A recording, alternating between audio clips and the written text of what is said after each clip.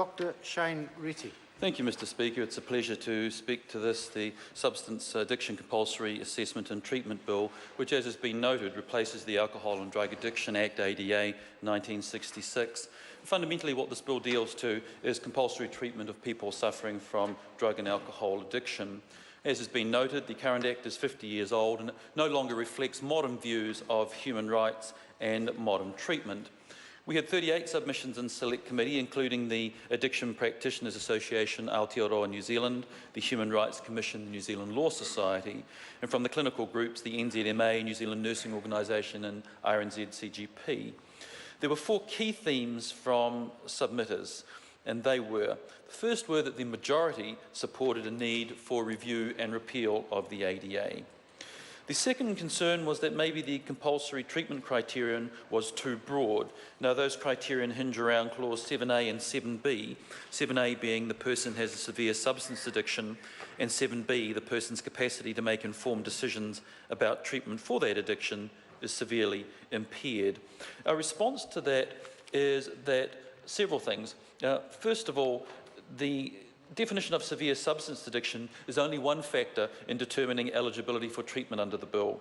The definition of a disorder for the purpose of legislation is not the same as that required for diagnosis and can be qualified with other features or criteria such as harm to self, impairment of capacity. So we can bring down that concern around broad scope by our definition around diagnosis. And I think secondly, the definition that sits in 7A and 7B and in 8 and 9 is also consistent with other health and disability legislation.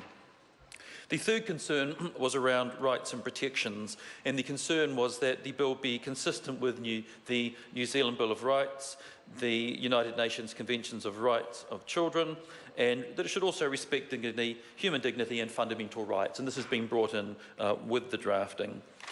The fourth concern, as the Honourable Member was just talking about, was about implementation, and particularly capacity and workforce. Now, there's currently 80 people a year who receive compulsory treatment orders, and the expectation is that will go up to 200. You'd have to ask why. Are we going to find another 120 a year? Well, it turns out the advice we've had is that the current bill is either unclear to practitioners or it's not considered fit for purpose, so people are making other alternatives.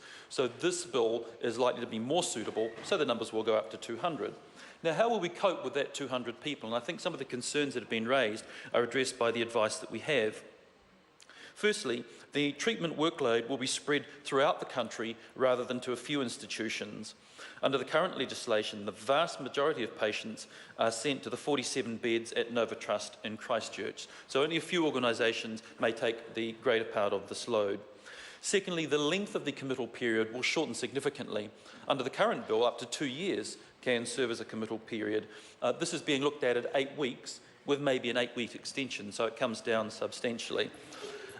I think the third factor that is useful, Mr Speaker, is that we had a lot of people support this bill and say to us that yes, it's really going to advance the cause of those people who suffer from severe addiction and severe addiction disorders. So, Mr Speaker, as always, this bill's improved by submitters who we thank, and I commend this bill to the House.